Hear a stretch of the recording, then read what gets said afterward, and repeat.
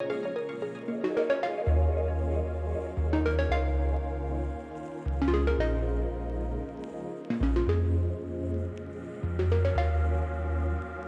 noches. Reciban un cordial saludo en nombre de nuestro presidente, doctor Samuel Karchmer, y del Comité Ejecutivo de FLASOC. Como ustedes lo están viviendo en sus países, a diario se reportan más casos nuevos de personas infectadas por COVID-19. En algunos países estamos ingresando a la fase comunitaria de la pandemia. El número de casos sin nexo epidemiológico es cada vez mayor y se espera un crecimiento exponencial de infectados, lo cual aumenta la probabilidad de que mujeres embarazadas sean contagiadas. En ese escenario, las prioridades son, primero, tratar de reducir la transmisión de COVID-19 a las mujeres embarazadas. Segundo, garantizar la provisión de atención segura a mujeres con sospecha o confirmación de COVID-19. Y tercero, garantizar la seguridad de los trabajadores de la salud, en este caso nuestros colegas ginecólogos latinoamericanos, que están en contacto con la gestante con sospecha o infectada por COVID-19. Este diálogo que propone hoy FLASOC se proporciona como un recurso para profesionales de la salud de América Latina, donde los conceptos de nuestros panelistas están basados en una combinación de la poca evidencia disponible, de las buenas prácticas y de opiniones de expertos.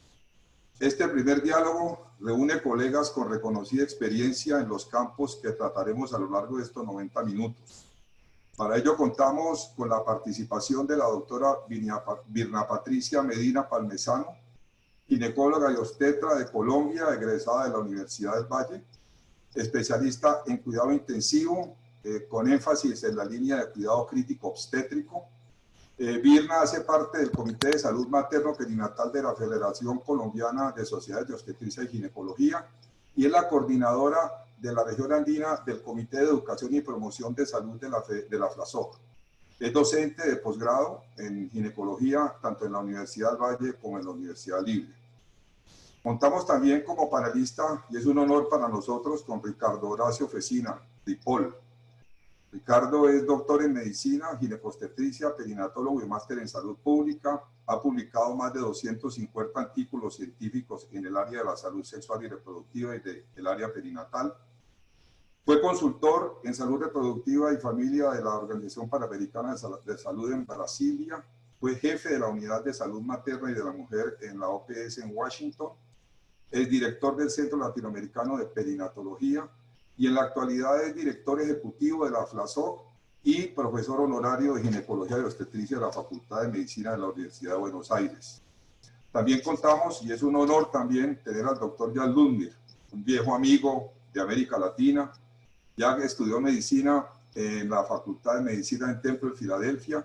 Hizo residencia y su fellowship en medicina materno-fetal en el Hospital de la Universidad de Pensilvania, en Filadelfia también. Hoy es el vicepresidente ejecutivo, el rector asociado y profesor principal de obstetricia y ginecología del Thomas Jefferson, director ejecutivo de una iniciativa que él lidera en Filadelfia para brindar equidad en salud a las poblaciones más vulnerables de la ciudad de Filadelfia. Fue jefe del Departamento de Obstetricia y Ginecología del Hospital de Pensilvania en la Universidad de Pensilvania en Filadelfia por 18 años. Es el representante del American College en muchos países de América Latina, reconocido como profesor honorario en varias universidades de América Latina y al igual que Ricardo ha publicado más de 100 artículos en sus áreas de interés que han sido parto prematuro, preeclampsia y cuidado prenatal para poblaciones vulnerables. Tenemos también el placer de contar con el doctor Héctor Volati, profesor titular de obstetricia de la Universidad Nacional de La Rioja, profesor titular de la Clínica Obstétrica y Perinatológica de la Universidad Nacional de Córdoba, jefe del Departamento de Tocoginecología Quirúrgica del Hospital Materno Neonatal de la provincia de Córdoba. Ha sido director del Comité de Mortalidad Materna de FASGO. Fue presidente de la Federación Argentina de Sociedades de Ginecología y Obstetricia y actualmente es el coordinador del Comité de Salud Materna de FLASOC en la región del Cono Sur. También es un placer presentar a Mauricio Vasco. un anestesiólogo reconocido en América Latina, especialista en anestesiología, cuidados intensivos y reanimación de la Universidad Pontificia Bolivariana de Medellín. Hizo estancia formativa en anestesia obstétrica en el Hospital Clínic en la Universidad de Barcelona, España. Hizo un scholarship en simulación médica en el Centro de Simulación Médica Stratus, adscrito a Harvard Medical School. Hoy en día es docente y director de simulación clínica de la Facultad de Medicina del CES, coordinador de anestesia obstétrica de la Federación Mundial de Sociedades de Anestesia y presidente de la Sociedad Colombiana de Anestesia y Reanimación. Y finalmente logramos la participación del doctor Gerardo Casanova Román, infectólogo, ex investigador del Instituto Nacional de Perinatología, presidente fundador de la Asociación Mexicana para el Estudio de Infecciones de Transmisión Sexual y maestro en Ciencias Biomédicas. A ellos, el Comité Ejecutivo de FLASOC les expresa su sentimiento de gratitud y realmente de ratificarles que es un honor tenerlos aquí. Es muy importante, y me lo han pedido los panelistas, que haga claridad que la situación frente al COVID-19 es muy cambiante y que los conceptos que emitamos aquí se pueden actualizar o se podrán actualizar en la medida en que se genere nueva información, nueva evidencia, y su aplicación dependerá del momento epidemiológico de la pandemia. Por esa razón, FLASOC ha previsto continuar con estos diálogos en la medida en que aparezcan nueva información, y para eso contaremos con otros prestigiosos profesionales del continente que seguramente no durarán en apoyarnos en difundir la información que creemos que sea de utilidad para ustedes. Desde el punto de vista epidemiológico, decirles que la enfermedad por coronavirus 2019 o COVID-19 es una infección causada por el SARS-CoV-2 que apareció por primera vez en Wuhan, China, en diciembre, y que se ha ido expandiendo hasta lograr ser reconocida por la OMS como una pandemia el 11 de marzo del 2020. Lo más importante para mí desde el punto de vista epidemiológico con referencia a esta infección tiene que ver con el hecho que es una infección que se puede transmitir por contacto a través de gotas, que hable más alto. por contacto a través de gotas, que se puede y también transmitir por contacto con superficies contaminadas con el virus. Esto ha hecho de que en la mayoría de países latinoamericanos los gobiernos hayan decidido como medida de prevención y de contención de la enfermedad el aislamiento social, el lavado frecuente de las manos, la desinfección permanente de superficies o fomites, ¿no? Y este aislamiento social, lamentablemente, puede llegar a tener grandes repercusiones negativas en la salud sexual y reproductiva de las mujeres latinoamericanas, que por alguna condición especial requieren estar en contacto estrecho con los servicios de salud, especialmente las mujeres embarazadas que requieren servicios de atención prenatal, parto y puerperio, y cuando se ha requerido el acceso a la interrupción voluntaria del embarazo. Esta noche nos centraremos en abordar aspectos que serán de mucha utilidad para el manejo de la embarazada durante la pandemia del COVID-19, y quisiera comenzar preguntándole al doctor Ricardo Fecina, ¿qué opina él con referente a la evidencia que hay disponible para asegurar que las mujeres embarazadas no se afectan más que la población general cuando se infectan por el COVID-19? Lo escuchamos, doctor Fecina. Muchas gracias, buenas noches, muchas gracias, Iván.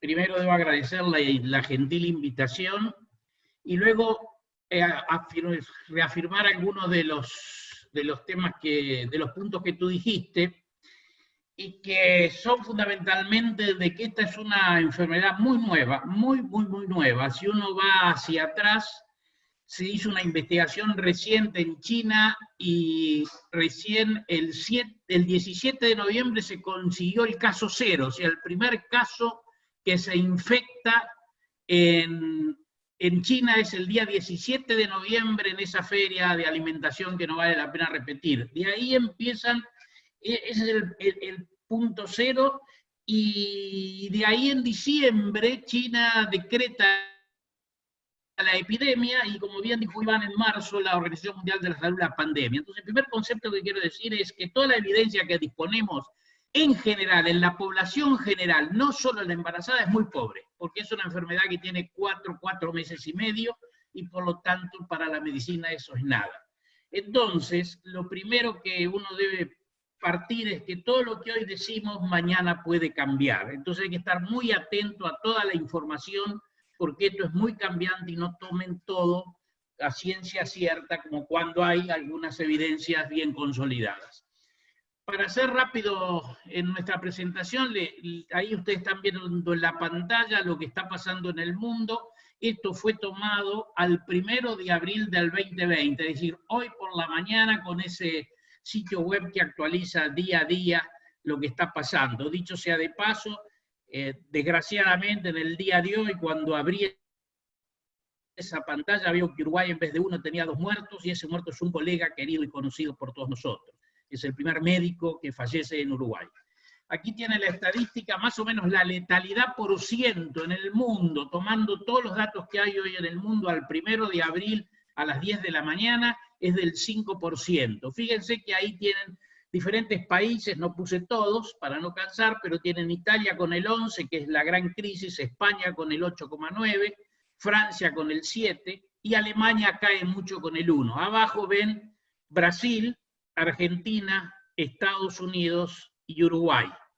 Esa es la letalidad que tiene la enfermedad. ¿Qué cosas podemos decir de esto rápidamente? Primero, ustedes ven que las poblaciones más envejecidas, en este caso se ve bien en Italia y en España y Francia, son las que más carga de mortalidad tienen, porque la letalidad aumenta muchísimo en mayores de 80 años y en general en mayores de 65. Eso es un poco la primera explicación de este aumento importante en la letalidad o en la mortalidad que tienen algunas partes de Europa, acompañados por 2 problemas que yo tengo que comentarlos, aunque sean duros. Los sistemas de salud no pueden abandonarse a la salud privada solamente. El poder de rectoría de nuestros ministerios de salud tienen que existir, y este es el ejemplo más concreto. Cuando hay una pandemia o una epidemia, un hecho de salud importante, en realidad ningún sistema privado está preparado, sino que tiene que ser el sistema estatal.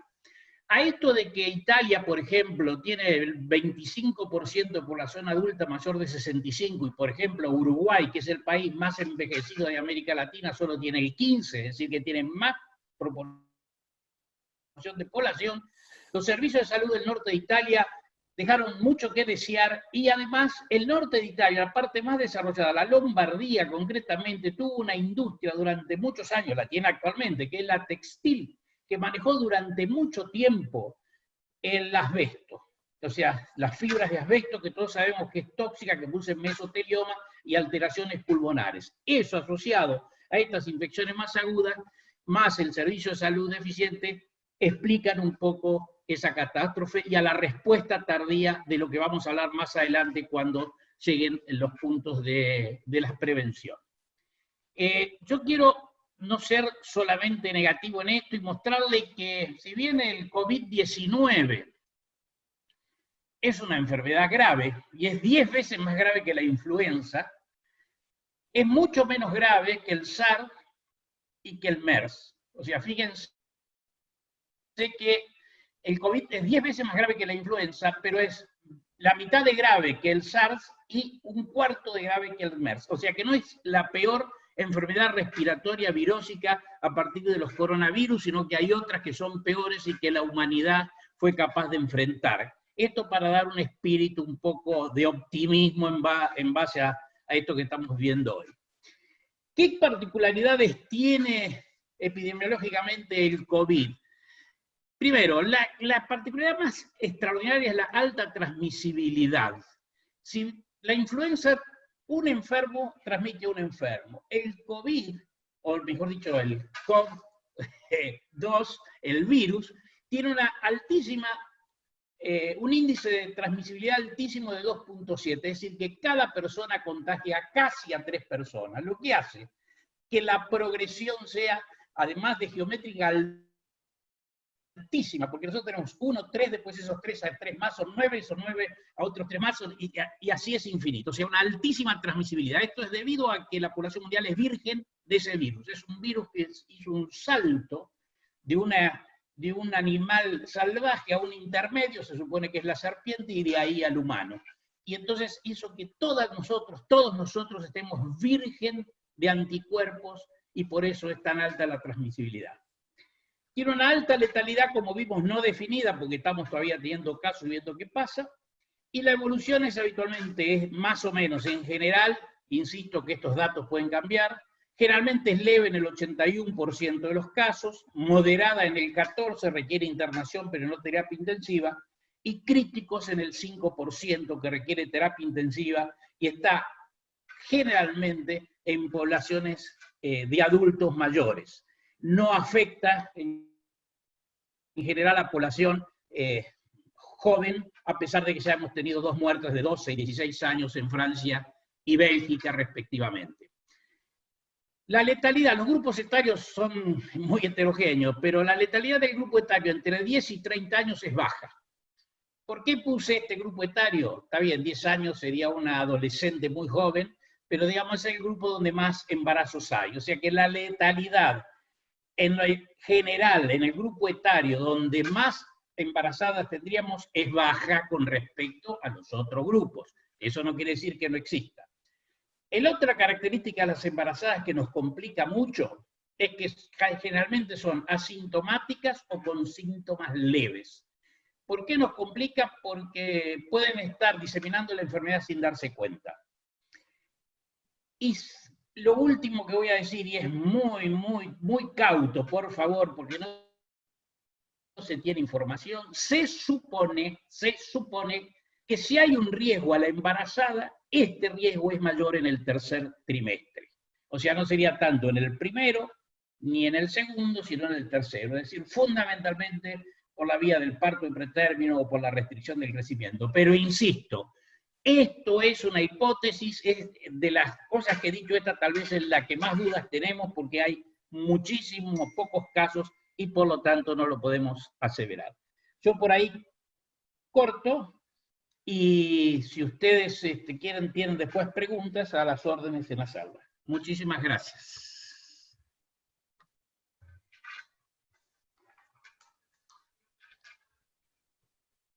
Muchísimas gracias, doctor Fecina. A los ponentes, chequear que estén bien conectados a su computador el sonido, y hay que hablar fuerte. Doctor Ludmir, ¿qué medidas recomendaría usted para disminuir el riesgo de exposición de las gestantes durante esta pandemia del COVID-19? En primer lugar, doctor Ortiz, muy buenas noches colegas de Latinoamérica. Yo les mando saludos desde la ciudad de Filadelfia, que estamos a solamente 1 hora de Nueva York, y como es conocimiento general, estamos sufriendo tremendamente con este virus. Hoy día hubieron 850 muertes en la ciudad de Nueva York. En nuestra ciudad y han habido muchísimas, y sobre todo como obstetras, ginecólogos, tenemos una gran preocupación, qué es lo que se debe hacer para evitar que nuestras mujeres se contagien, y si se contagian y tienen riesgos severos, cómo llevarlas. Lo que quiero demostrarles en esta diapositiva es que las fuentes de información que les doy ahí vienen de acá, de Estados Unidos, del CDC, del Colegio Americano, obstetras ginecólogos, de la Sociedad Materno-Fetal, del Royal College. Ahí les pongo un buen site, pregnancycovid19.com, y 2 monografías, 2 trabajos que acaban de ser publicados hace 4 días en la revista del American Journal. Los 2 trabajos de mi equipo en el Jefferson, en que la primera autora es Bellick y el senior author es Vincenzo Verghela, en que dan guías, el uno cómo llevar a la mujer con COVID-19 sospecha en la sala de partos, y cómo llevar desde el punto de vista de alto riesgo a una mujer expuesta a COVID-19. Y también para decirles que hemos revisado las últimas guías de la OPS y la Organización Mundial de la Salud. En general, los mensajes que dio el doctor Ortiz a cualquier mujer embarazada, como el resto de la población, evitar y aislarse, quedarse en la casa en lo más posible. Ya se habló de la higiene de manos constante, no tocarse la cara, evitar contactos, separación de más de 2 metros con otras personas, una cuarentena en la casa con mujeres que tengan síntomas leves o hayan sido expuestas, evitar ir a la emergencia o al hospital si no hay síntomas de gravedad. Y esto causa preocupación sobre todo en el hecho del cuidado prenatal. ¿Cómo debemos llevar el cuidado prenatal en estos días con el COVID-19? Primero debe haber un descarte telefónico de síntomas, ya sea fiebre, si ha viajado la mujer, tos, anosmia. En el caso de que se haga una visita cara a cara, nosotros estamos recomendando mascarillas tanto para el paciente como el proveedor. Esto cambia de día a día, basado si es que tenemos suficientes mascarillas para todos los proveedores y para las pacientes. Hemos decidido reducir el número de visitas prenatales y usar en lo más posible la teleconsulta o el WhatsApp. Esto, como lo había dicho ya el doctor Fresina, es una gran preocupación, sobre todo en las poblaciones vulnerables que no tienen acceso a las nuevas tecnologías. Considerar visitas solamente cara a cara en la semana 12, 20, 28 y 36. En lo posible, enseñar a la población de embarazadas cómo medirse la presión arterial ambulatoria en la casa para evitar estar chequeando muchas veces a la mujer, no hacer tiraje de proteinuria en la visita, no hacer visita postparto, sino considerar dar LARC en el momento del parto, considerar inducciones a la semana 39, sobre todo a las primerizas, para tener las cuestiones más controladas en la sala de parto. Y ojo, sobre todo en Latinoamérica, reducir el número de ultrasonidos o ecografías y pruebas de bienestar fetal, simplemente realizarlas en las que son realmente necesarias. Nosotros hemos abandonado ahora como norma hacer un ultrasonido en el primer trimestre y simplemente estamos haciendo una ecografía o ultrasonido en la semana 20, en el que también hacemos una evaluación del cuello. Ojo que estas normas que les estoy presentando no son las normas que la OPS y la Organización Mundial de la Salud están dando, porque ellos están diciendo que se debería dar un cuidado prenatal rutinario a mujeres asintomáticas. Nosotros no lo hacemos así, como les hemos dicho, y seguimos las pautas que están en la diapositiva. En lo que se refiere al cuidado intraparto, tenemos unidad de triaje y ambientes especiales para pacientes positivas o sospechosas. El hecho de limitar los acompañantes, eso es fundamental para explicar a las parejas y a las pacientes embarazadas. Esto ha causado una gran consternación en este país porque la semana pasada en Nueva York, debido a una publicación de 7 casos que estuvieron con COVID positivo, 2 de ellas no tenían ningún síntoma al presentarse a la sala de parto, desarrollaron síntomas de insuficiencia respiratoria a las 24 horas postparto y terminaron en la UCI, lo cual preocupó a los médicos obstetras de Nueva York porque todas estas mujeres estuvieron exponiendo a muchas pacientes más y al personal de la sala de partos. Por lo tanto, decidieron limitar a 0, ya sea los acompañantes, las dulas o cualquier apoyo a estas mujeres para evitar el contagio. Esto causó una gran consternación que llevó a una firma de más de 500,000 de mujeres diciendo que esto no era lo correcto. Y el gobernador de Nueva York firmó una orden que dicen que en las salas de parto se debe dejar por lo menos un acompañante. Yo lo dejo ahí como un punto de discusión que cada lugar debe tomar sus propias normas basados en lo que está pasando. Y al final, lo que se refiere al cuidado postparto, la lactancia, si se debe separar madre o niño, lo vamos a discutir posteriormente. Gracias. Muchas gracias, doctor Ludwig. Es indudable que en medio de la pandemia, por más de que queramos prevenir el riesgo o disminuir el riesgo de exposición de las gestantes, algunas se van a infectar. Doctora Medina, ¿qué se sabe de la evolución clínica de la enfermedad en las gestantes? Buenas noches a todos. Con respecto a la presentación clínica en la población obstétrica, se describe que es muy similar a la población general.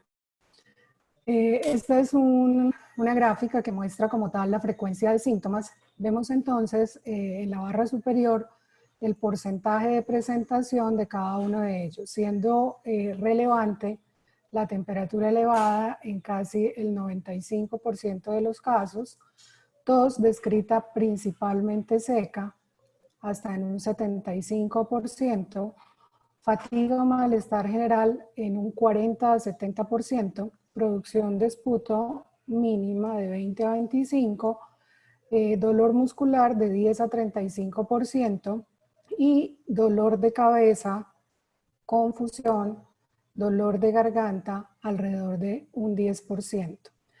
Disminuyendo en frecuencia la presentación de síntomas gastrointestinales como la diarrea, la náusea y el vómito. Síntomas nasales generalmente descritos hasta en un 5% y ya de manera muy esporádica la hemoptisis o el dolor torácico. El curso cronológico como tal lo vemos aquí en esta gráfica, estimado por rangos intercuartiles, donde la infección se presenta y posteriormente hacia el quinto día hay un inicio de síntomas, hacia el día 0, perdón, un inicio de síntomas con una rápida progresión y necesidad de admisión al hospital alrededor del quinto a séptimo día, pasando posteriormente por una progresión muy rápida hacia disnea entre el séptimo y octavo día, para posteriormente mostrar un compromiso a nivel pulmonar hacia el día 9 o 10. Y cuando el paciente ingresa a UCI para ya soporte como tal, la muerte se presenta en alrededor de 10 a 15 días, desde el inicio de los síntomas. Es así entonces como se define que esta enfermedad es rápidamente progresiva. Muchísimas gracias, doctora Virna. Uno de los temas que ha sido motivo de discusión es sobre si hay o no transmisión vertical de la enfermedad. A mí me gustaría preguntarle al doctor Héctor Volati qué nos puede aportar la evidencia con referencia a si esa mujer enferma, que se enferma durante el embarazo, en esa enferma hay riesgo de transmisión vertical. Adelante, doctor Volati. Buenas noches, Iván. Buenas noches a todos FLASOG. Sean mis primeras palabras para agradecer esta participación que ha sido y va a ser tan importante porque marca un hito en tomar a esta pandemia como un hecho importante para todas nuestras naciones latinoamericanas. Quiero mostrarles ahora unas diapositivas en donde vamos a ver la resolución de esta pregunta que usted me acaba de hacer. En realidad, nosotros sabemos que el contagio de toda paciente es en forma directa por elementos que están muy cerca. Pero la bibliografía es muy amplia y la importancia de todo esto es informarnos bien con trabajos que sean sostenidos por la medicina basada en la evidencia, porque con tanta información que nos llega, por allí podemos confundirnos o podemos tomarnos de información que no sea segura. En Por ejemplo, en lo que ustedes están viendo, vemos dos citas muy importantes que son la de el Royal College de Inglaterra y el del Hospital San Juan de Dios de Barcelona. Indudablemente que esto no puede generar dudas porque es una bibliografía totalmente sostenida por los trabajos que día a día van apareciendo. En el caso del Royal College, tiene una publicación que es semanal. La que ustedes están viendo en la imagen es la número 5, que pertenece al sábado 28 del 3. Y la cita del Hospital de San Juan de Dios pasa a ser también importante porque es un hospital que de entrada empezó a subir muy buena información, no solo para los profesionales y especialistas, sino también para todos sus pacientes. Pero, ¿qué podemos decir en resumen relacionado a la pregunta propiamente dicha? Hay artículos como el que ustedes pueden ver del Massachusetts General Hospital, que es coincidente con los hospitales que dan una información seria, por ejemplo, como les decía, el Royal College. ¿Y qué nos hace? Nos resumen numerosos trabajos que se van publicando día a día, incluso los de la Universidad de Wuhan, donde se inicia la pandemia y donde más experiencia se tiene. Entonces, en este resumen, y yendo al nodo estricto de la pregunta, podemos decir respecto a la transmisión vertical, que la embarazada no es más susceptible a infectarse del COVID-19 que cualquier otro paciente, a pesar de que se cree que por su disminución en la respuesta inmunológica estaría en inferioridad de condiciones. Nada de eso se ha probado. No hay pasajes, en segundo término podemos decir que no hay pasajes del virus de la madre al feto, ni durante el embarazo, ni durante el parto.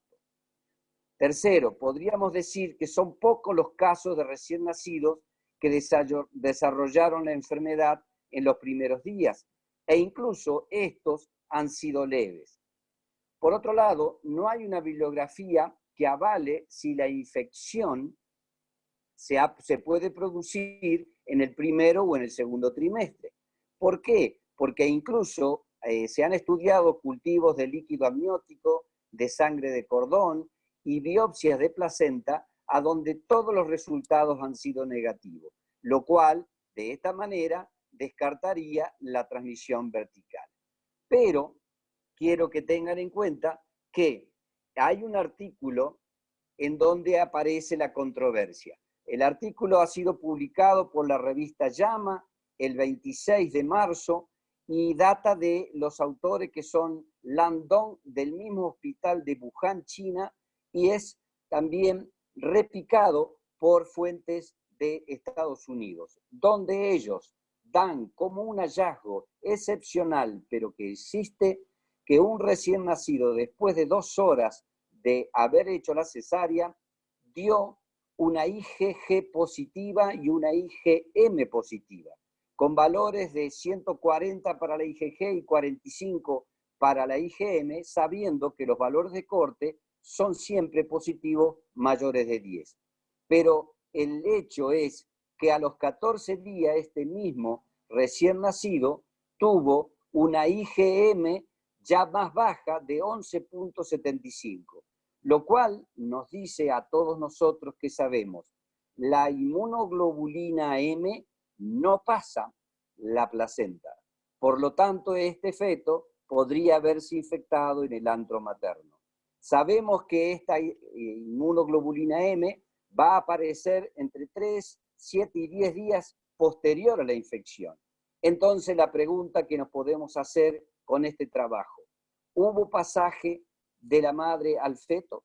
¿El feto generó su IgM positiva y por eso lo dio? Y esto quedaría entre signos de pregunta para discutirlo, ya que es el único trabajo hasta ahora publicado sobre la transmisión vertical. Muchas gracias, doctor Volatti, por su respuesta. Queremos informarle a los colegas que están a través de Facebook Live que no intenten verlo en vivo, sino verlo en el delay, por favor. porque la transmisión va a ser de mejor calidad. Igual les recordaremos que este video va a estar grabado y disponible para que ustedes lo puedan consultar cuando lo crean conveniente.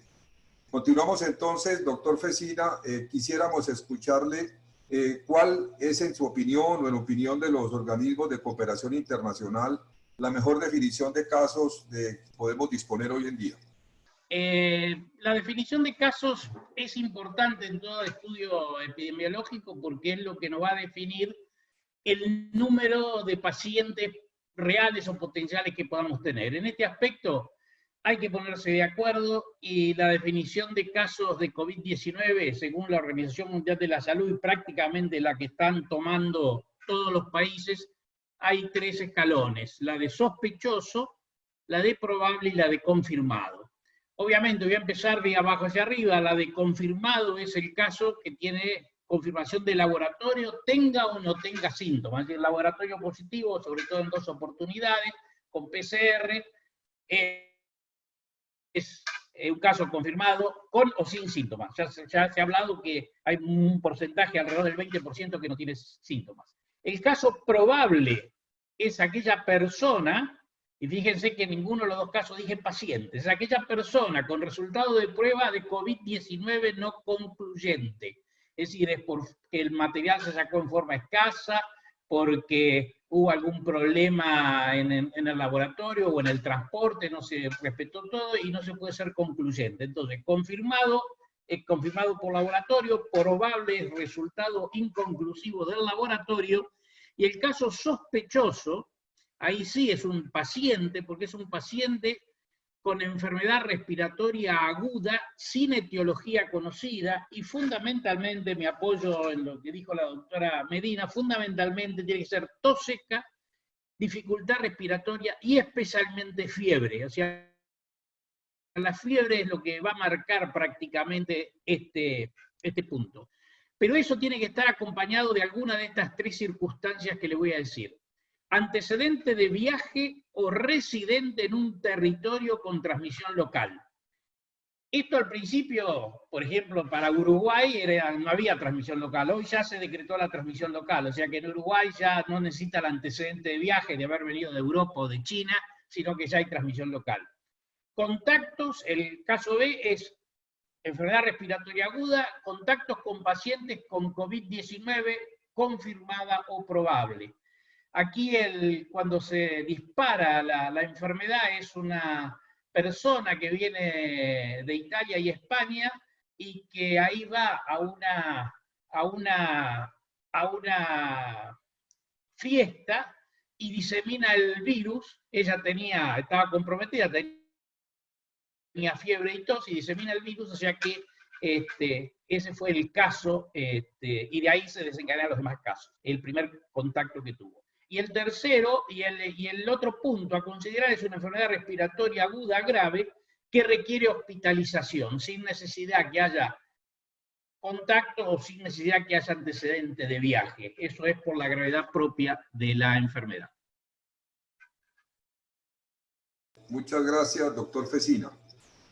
Yo quisiera aprovechar la presencia del doctor Casanova para formularle 2 preguntas. La primera es, ahora que nuestros países están en el plan de adquirir las pruebas rápidas, ¿cuál es el real valor de esas pruebas rápidas en la confirmación del diagnóstico? Y adicionalmente, ¿qué opina usted si en una embarazada con una primera prueba negativa y alta sospecha de neumonía se requiere realizar una segunda prueba? Bienvenido, doctor Casanova.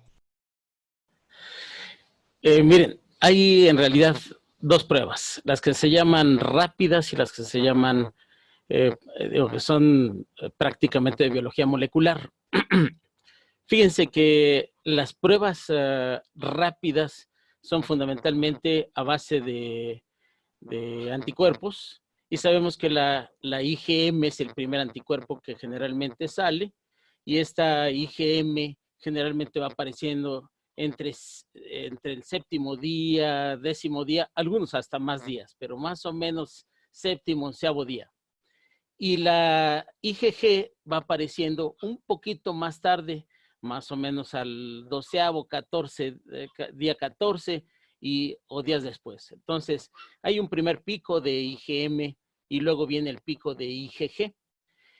Es decir, si una paciente llega y le quiero hacer una prueba rápida en los primeros 5 días, en los primeros 6 días, pues es muy probable que yo no voy a encontrar positividad en ese paciente, y eso no significa que la paciente se tiene que regresar a su casa o que, no, pues mira, fíjate que no tienes el virus que SARS-CoV-2. En realidad, queremos decirles que este tipo de pruebas, que incluso a veces nos pueden dar falsos positivos, es mejor hacer la prueba de biología molecular, que aunque es un poquito más tardada, generalmente se puede hacer a todo lo largo del padecimiento. Y en esta diapositiva, pues tenemos pues la enfermedad. Es decir, del día 0 que pudiera haber adquirido la infección hasta el día 4 o 5, es el tiempo de ventana donde no hay ni un dato, ni sospecha siquiera de que pudiera haber este tipo de padecimiento. Y resulta que después del más o menos el 4º o 5º día es cuando empieza a aparecer algún síntoma, empieza la fiebre o la tos. Luego, más o menos ya empieza al 6º o 7º día, como dijo la doctora, el inicio de algunas alteraciones, y finalmente termina ya el 7º, 9º día ya en la unidad de cuidados intensivos, e incluso para quizá en la segunda semana, ya 10º día, pudiera estar ya, en muchos casos, pudiera ser fatal en el caso de que tuviera pues algún problema metabólico además de todo. De tal forma que una de las pruebas que debemos de las que debemos apegarnos un poquito más, son la de PCR, la de biología molecular, donde se multiplica.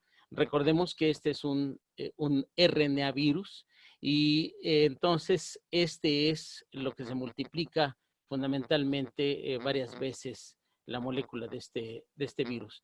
Bueno, existen otras pruebas que pueden ser a través de los antígenos, del antígeno nasal, e incluso a veces se pueden buscar a través de ELISAs anticuerpos, y que también pueden buscarse en otros, por ejemplo, de manera local, pero que también pueden darnos falsos positivos. Finalmente sigue siendo el método confirmatorio el mejor método.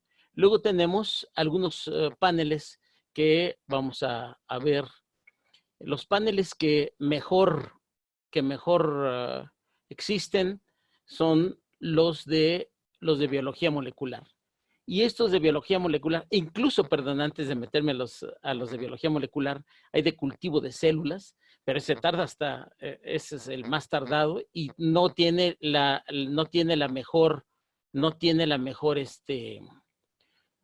la mayor sensibilidad y especificidad. A veces puede fallar, de tal manera que sigue siendo, ahí tenemos algunas de las pruebas, fundamentalmente el de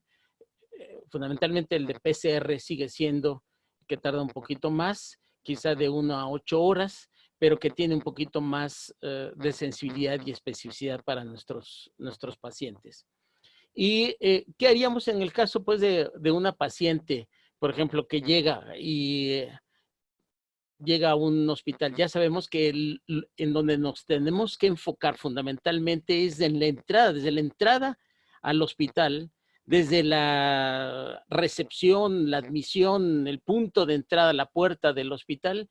Debe haber gente ya preparada para poder detectar cualquier caso que pudiera tener aumento de la temperatura, que estuviera con fiebre, que tuviera tos o alguna cosa, porque desde ahí podemos empezar nosotros a tomar en cuenta y a tomar los pasos del protocolo para darle seguimiento a una paciente y no contaminar al resto de nuestros pacientes, porque imagínense ustedes que una paciente llega, que se espera ahí unas 3, 4 horas o no sé cuánto mientras está toda la fila esperando que le hagan exámenes. Una paciente que es positiva al virus del COVID-19 y que se siente ahí y esté tosiendo, ¿no? Entonces, en realidad, desde el inicio, desde afuera, tenemos que detectarla. Y en caso de que sea una paciente, por ejemplo, que ya que salió negativa a pesar de que haya dicho, no, pues es que me hicieron pruebas, pero salió negativa,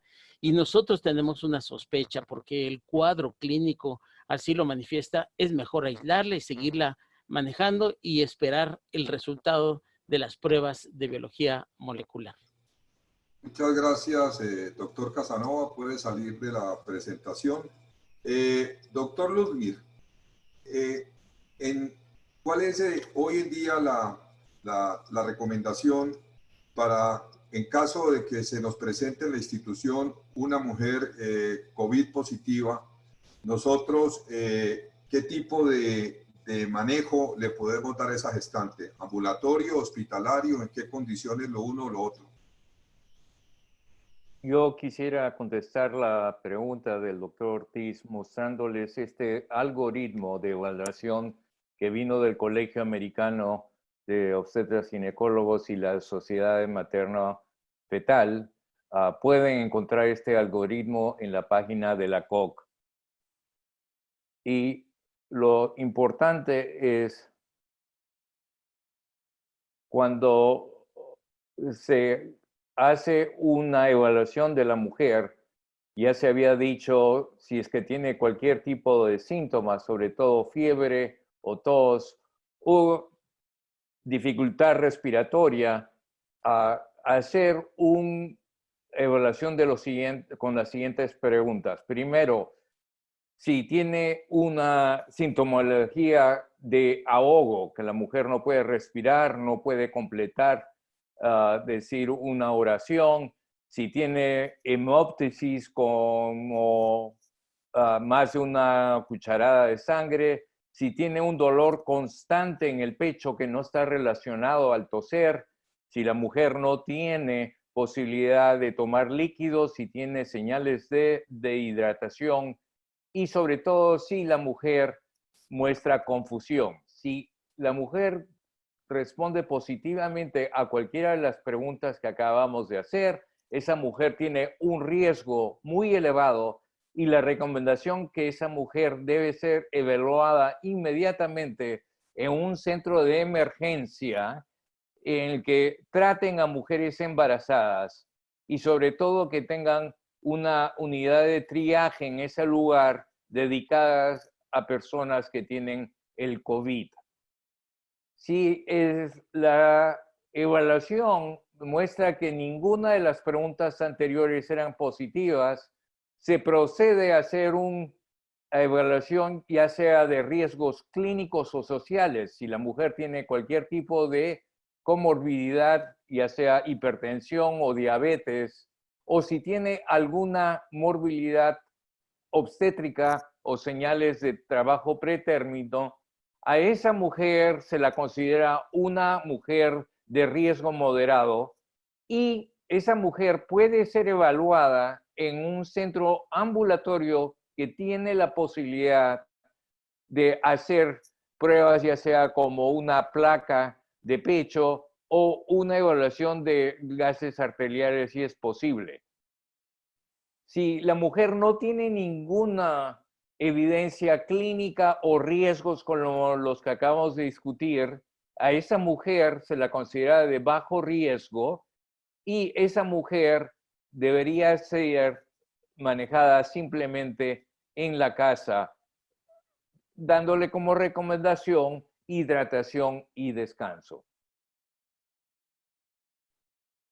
Ahora, el doctor Ortiz me había pedido que les recuerde cuáles serían los criterios de severidad.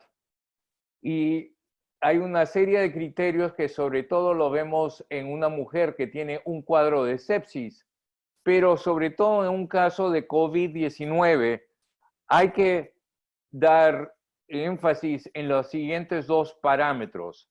si es que la mujer tiene una saturación de oxígeno igual o menor del 95%, o si tiene una frecuencia respiratoria igual o mayor de 24 respiraciones por minuto, y tiene alguna síntoma de dificultad respiratoria, ahogo o dolor en el pecho, como habíamos dicho anteriormente, esa mujer realmente tiene un criterio de severidad y debería ser evaluado en un centro de emergencia que esté condicionada a tener mujeres embarazadas que puedan presentarse con COVID.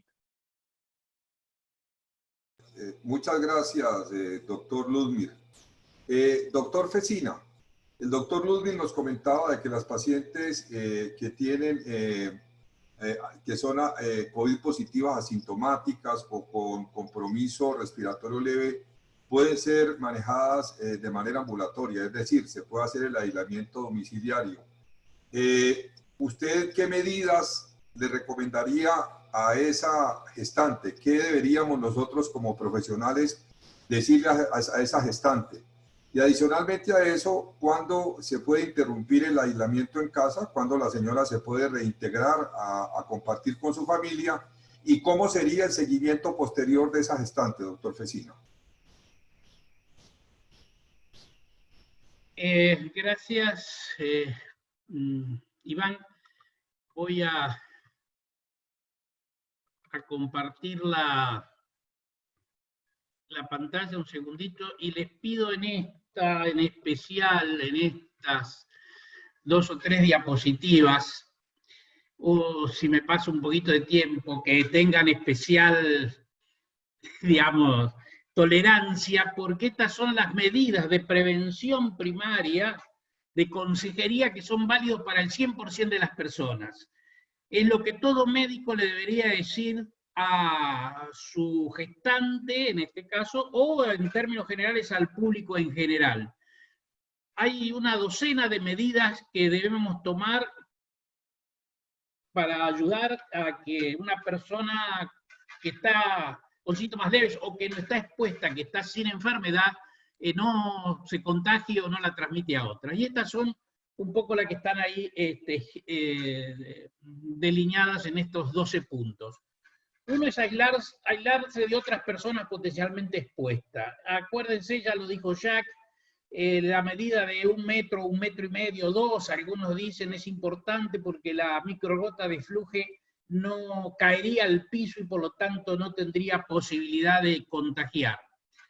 Lavarse frecuentemente las manos, al menos durante 20 segundos, otros dicen 40, con agua, jabón o detergente o alcohol gel, que es más fácil que el alcohol, pero puede ser alcohol también, agua oxigenada también al 60%. Tal vez, si uno tuviese que decir 2 medidas, son todas varias, pero estas son las más importantes. Alejarse de personas que puedan transmitir y lavarse frecuentemente las manos, y ya vamos a ver por qué.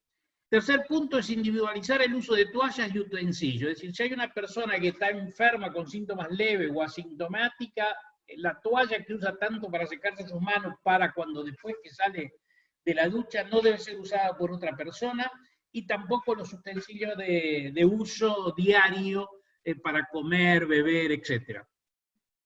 Lavar todas las superficies que se tocan habitualmente son los picaportes, las mesas, las mesadas de la cocina con hipoclorito de sodio o con detergente también, que es útil porque el virus se apoya ahí. Cuando más lisa es la superficie, más cromada, digamos, más acerada, más perdura. Es más difícil en ropa, aunque perdura también, es más difícil en papel, pero también, o en cartón, pero también perdura. Pero entonces, todas las superficies lavables hay que lavarlas muy bien para desinfectar. Acordarse que el hipoclorito de sodio, lavandina, guajane, como se llame, lejía, como se llama en diferentes países, prácticamente no hay virus ni bacteria que se le resista. No sacudir la ropa para no dispersar el virus por el aire. Esto es algo que parece tonto, pero se ha visto que hay pequeñas gotas de fluje, las microgotas, pero las más pequeñas, que en el aire persisten mucho tiempo, no caen.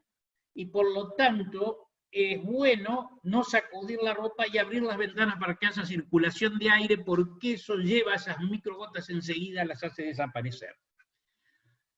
Por supuesto, usar pañuelos descartables e inmediatamente colocarlos en una bolsa de nylon, anudarlas y disponerlas en lugar seguro. Beber abundante líquido, esto tiene que ver con lo que también Jack habló de la hidratación. Todos sabemos que si nosotros tenemos un problema respiratorio, estamos deshidratados, es mucho más grave.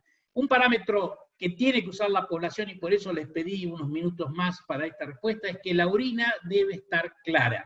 Es la forma más sencilla de transmitirle al grupo poblacional de que beba mucho líquido hasta que su orina esté clara. Obviamente no fumar, por todo lo que nosotros sabemos del hábito de fumar, lo malo que es siempre, pero especialmente acá. No realizar ni hacer visitas de rutina. ¿Qué significa esto? Si tiene que ir al odontólogo por una visita, posponerla. Lo del prenatal no voy a entrar porque ya se habló. O sea, todo lo que es rutina, si se puede posponer, se debe hacer. No es necesario hacer un test obligatorio si no está sintomática. No hay evidencias de que las mascotas infecten. Y una cosa importante que no tiene que ver con el COVID, pero sí con la convivencia forzada que se tiene en este aislamiento, a veces familiar, es que aumenta el riesgo de la violencia doméstica. Es decir, que se debe proveer de un número telefónico a la mujer en el caso de que exista esta eventualidad, que es más frecuente en estos casos de reclusión, digamos, de aislamiento, que en la vida cotidiana normal. Sigo con otra transparencia más, y es, si está sintomática y tiene que salir, porque no tiene más remedio que ir a comprar comida, y vive sola, o no puede, no tiene quien lo haga. Como siempre, la distancia de 1 o 2 metros con otra persona, capital. Lavarse las manos al regresar, capital. Sacarse los zapatos antes de entrar a la casa, porque puede arrastrar el virus en los zapatos, dejarlo fuera y entrar con las medias o descalzo como esté. Usar guantes de látex y descartarlos, antes de entrar. Esto por si toca alguna superficie, por supuesto no tocarse la cara ni con los guantes de látex, por lo que ya sabemos y ya se dijo, pero usar guantes de látex porque uno si va al supermercado no sabe quién tocó esa mercadería que está puesto en las góndolas, o sea que es importante usar guantes de látex. No usar transporte público ni taxi. Usar el propio, no sé, a lo sumo pedir un Uber, pero también es peligroso. Es preferible ir a pie solo o con un auto propio. No tocarse la cara, por lo que ya dijimos. Lavar las patitas de sus mascotas antes de entrar. Y por último puse con signo de interrogación el barbijo, porque hay 2 posturas muy grandes y explicaciones para ello. Para este caso se puede usar el común, pero el común, cuando uno usa el valor quirúrgico común, una vez que se moja, que se humedece, hay que desecharlo. O sea, no es que se pueda usar siempre. Y taparse, por supuesto, nariz y boca. Y si no, los barbijos N95 y FFP3, que son los que prácticamente no permiten el paso de las partículas, uno en el 98%, el otro en el 95%. Esto de barbijo, ¿por qué lo pongo así? Porque aquí en Occidente se dice que solo hay que usarlo si alguien está infectado, y eso nadie lo discute. Pero cuando uno mira las normas de Oriente, es decir, concretamente de Corea y de China, ellos dicen que parte del éxito que ellos tuvieron en cortar la cadena es usando barbijo. Por esto que decíamos de las microgotas de fluje, porque uno nunca sabe si está flotando esa gota más pequeña y uno igual la aspira. Entonces, usando el barbijo, esto se contrarresta. Según las explicaciones de la gente de Corea, a veces estas cosas no se pueden decir porque el primero que debe usar barbijo es el profesional de salud, y si salen en países grandes, por ejemplo Estados Unidos, con 350 millones de habitantes, a comprar barbijos, no quedan barbijos para nadie. Entonces, que a veces las restricciones no son por una razón sanitaria, sino por una razón de disponibilidad del equipamiento. Lo dejo ahí como pregunta porque es una discusión muy profunda y muy contradictoria en lo que piensa Oriente de lo que piensa Occidente. Y por último, para terminar, esto de cuándo interrumpir el aislamiento de una señora, o en este caso sí, de una mujer que si no tiene síntomas, el aislamiento se levanta luego de 14 días. Porque la incubación va de 4 a 6 días y máximo 14. Si a los 14 días sin síntomas la señora no presenta nada, ella puede salir del aislamiento, se puede contagiar si sale, obviamente, pero digo, ella sí pues salió del aislamiento. Si tuvo síntomas leves, se cuenta desde el primer día de los síntomas, 7 días sin síntomas. 7 días desde que comenzó a sentirse enferma, y ahí también puede dejar el aislamiento. Muchas veces la tos persiste mucho tiempo, la tos seca persiste mucho tiempo y esa no debe ser considerado, cuidado. Si en cambio los síntomas de esta mujer duran más de 15 días o empeoran, tienen que llamar al servicio de salud. O sea, si está sintomática, en 15 días tiene que desaparecer todo. Si no está sintomática, en 15 días ella podría salir. Y si uno tiene la posibilidad de hacer test, el alta virológica se da con 2 test separados por 24 horas. Aquí me quedo y estoy pronto para preguntas cuando llegue su tiempo. Muchísimas gracias. Muchas gracias, doctor Fecina. A los colegas que están en el Facebook Live, decirles que pueden formular preguntas, las leeremos y trataremos de seleccionar algunas que consideremos que pueden ser muy útiles para aclarar puntos que queden pendientes. Doctor Volati, nos ha comentado el doctor Ludmir que hay un grupo de pacientes elegibles para aislamiento en casa, y ya el doctor Fecina nos comentó qué medidas se tomaban. Quisiéramos saber usted qué puntos claves pudiera recomendar en este diálogo para el manejo de aquella gestante que se decide hospitalizar, aquella gestante con criterios de hospitalización. Bien, lo primero que deseo comentarle respecto a este punto es que hay muchas coincidencias en todo lo que es la bibliografía presentada. Es decir, que los diferentes protocolos que nosotros vemos a diario nos marcan mucha coincidencia, es decir, que nosotros debemos tomar cualquiera de ellos, ¿no es cierto?, y aplicarlos. Pero lo más importante es que debemos hacer nuestros propios protocolos, nuestras propias pautas, debemos hacer ensayos, es decir, talleres de simulación, y para poder aplicarlas en el momento que las necesitamos. Lo mejor que hemos podido encontrar en esta, llamémosle, historia de esta enfermedad, que no lleva demasiado tiempo, es que no podemos improvisar. Hay numerosos trabajos que demuestran que los mejores resultados se obtienen en base al cumplimiento estricto de las normas que previamente uno las había escrito y las había ensayado. Por eso, en estas imágenes quiero mostrarles que acá en Argentina el Ministerio de Salud de la Nación sacó las normas y pautas de cómo se debe actuar frente al coronavirus. Especialmente tiene un ítem, que ahí se lo cito, manejo de situaciones especiales en embarazadas y recién nacidos, a donde se hace hincapié en algunas cosas. Por ejemplo, la aplicación del triage.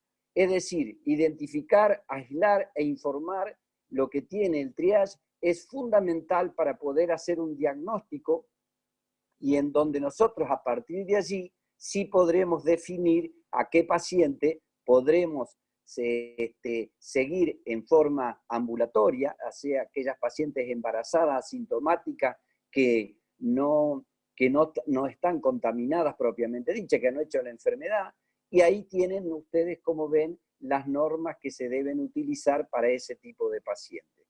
Pero también tenemos que ver que cómo actuamos frente a la atención de pacientes embarazadas que se consideren un caso sospechoso o confirmado. Por ejemplo, en esto se ha demostrado también que mucho mejor es prevenir que curar, ya que se ha demostrado que esta prevención, esto de haber hecho la cuarentena, ha sido lo que mejor resultados ha permitido, ya que ha disminuido las naciones o los países que han aplicado estos sistemas han disminuido el número de casos y por lo tanto también ha disminuido el número de la mortalidad. Tenemos que ver que en todos los ítems que podemos nosotros consultar, vemos que hay normas de atención para cada paciente en particular. En esto también el Ministerio de Salud de la Nación ha implementado estas normas y entre ellas dice con criterios de hospitalización. Primero, aplicar el triage en forma primaria y sin excepciones, porque una vez que podemos identificar y aislar al paciente, ya aplicar la pauta y la norma que hemos incorporado es lo que nos va a ser útil. Por ejemplo, en embarazadas asintomáticas vemos que las condiciones de una mujer gestante no debe evitarse ni retrasar los exámenes, ni los estudios, ni los controles.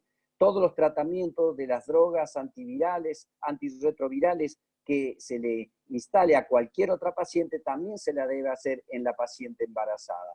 Es decir, que los casos confirmados de estas gestantes que ya tienen el COVID-19 mantendrá a la embarazada internada en aislamiento para cumplimentar con los requisitos de alta y se debe aplicar la pauta que en esa institución tiene. Y en el caso sospechoso, ¿no es cierto?, se debe actuar en nombre o enumerando los ítems de la pauta para que aquella paciente esté separada. Aquellas que no necesitan hospitalización por un lado, podrá hacerse los controles de rutina.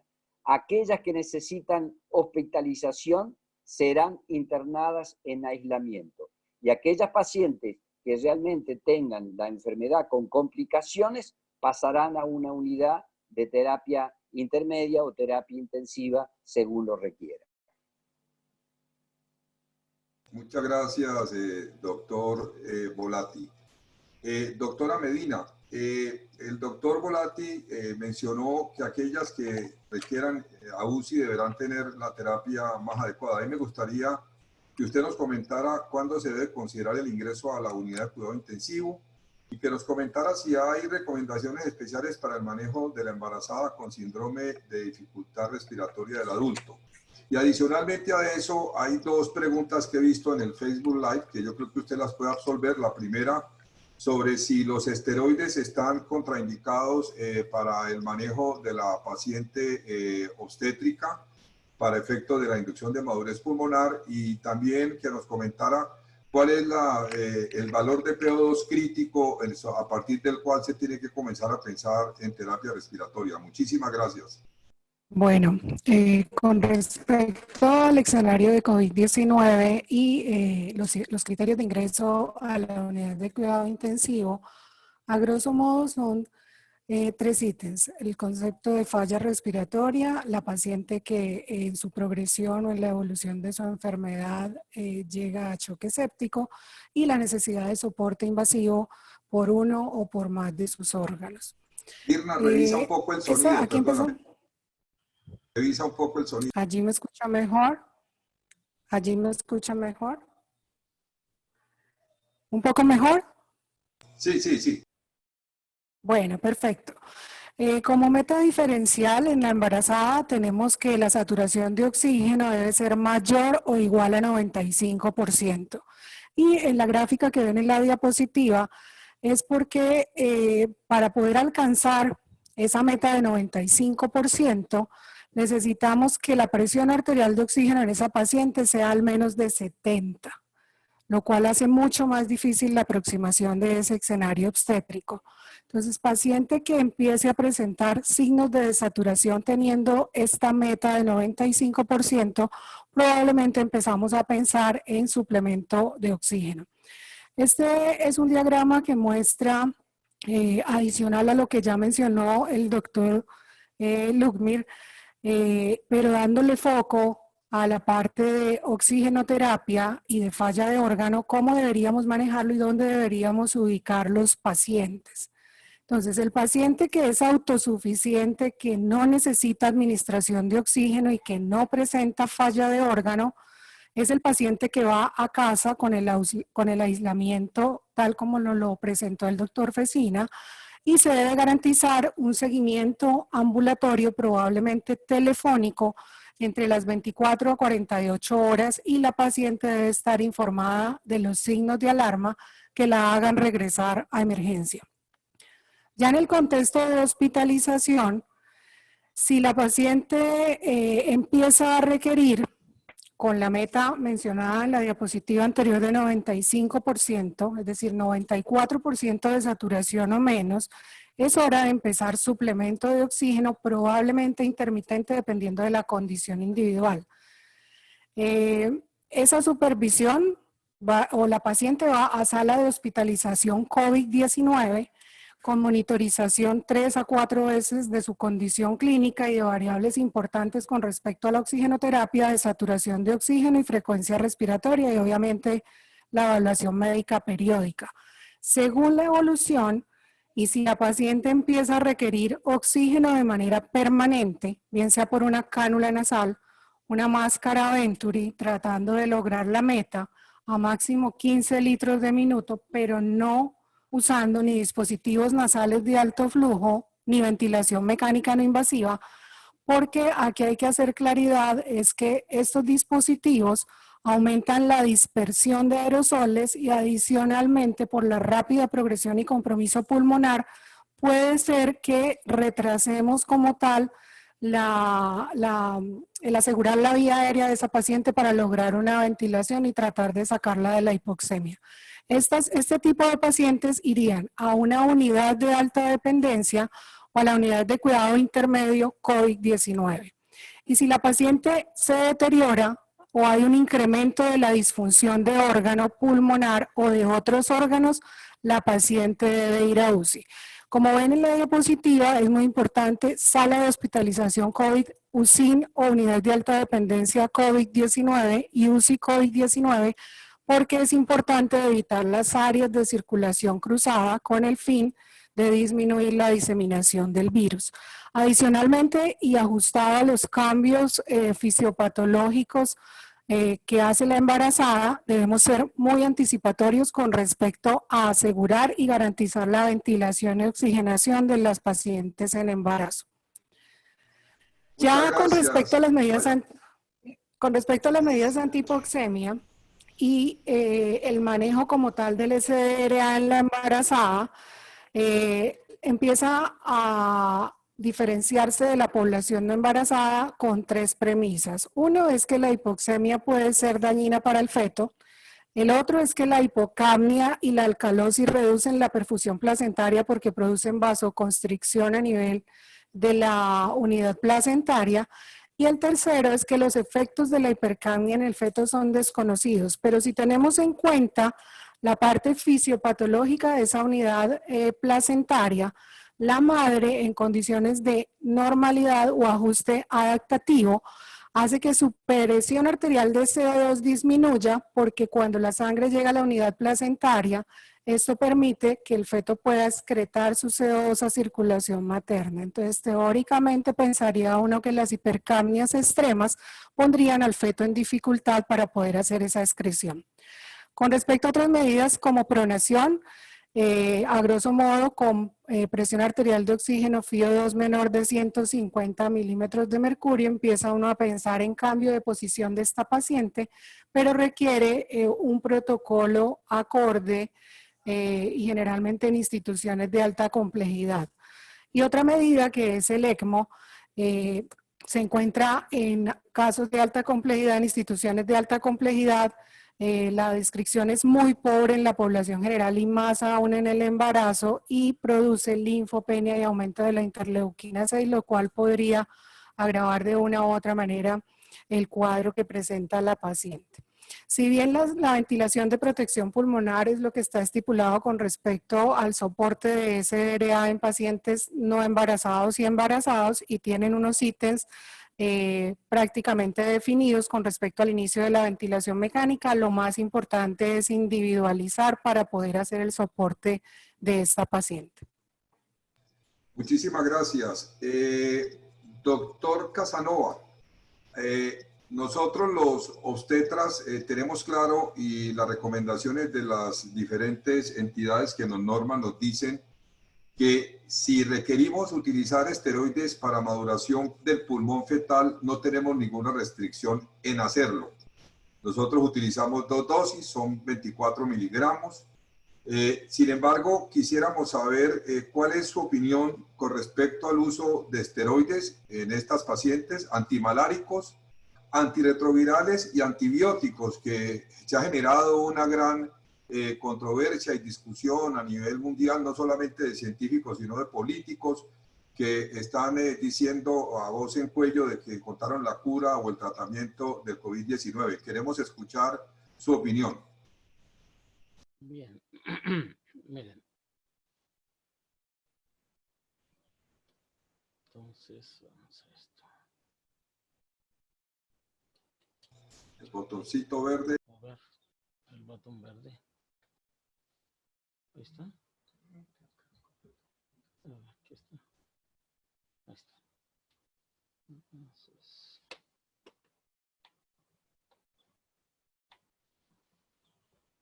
ahí está.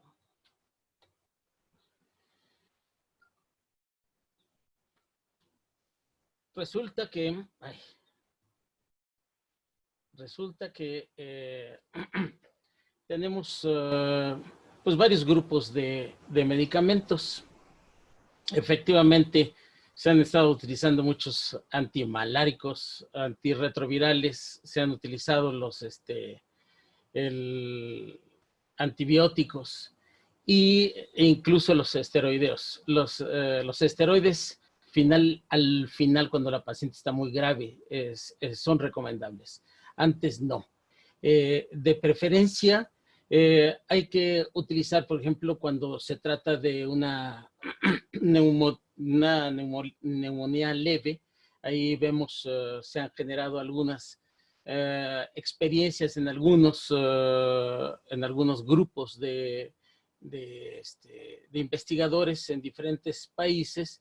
Bueno, y señalan que quizá la hidroxicloroquina más acitromicina, otros como pauta alternativa serían los antirretrovirales.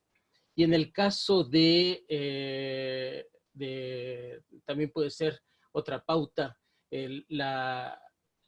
¿cómo se llama? Hidroxicloroquina más acitromicina o antirretrovirales. Quería decirles que también se han utilizado el interferón con algo de mejoría en algunos pacientes. En el caso de los pacientes graves que ya están en UCI, debo decirles que nosotros todavía estamos iniciando y todo lo tenemos en realidad pocos pacientes, tenemos poca experiencia y como se dijo en un inicio, lo que hoy se dice mañana ya cambia, nos estamos basando en la experiencia de otros países.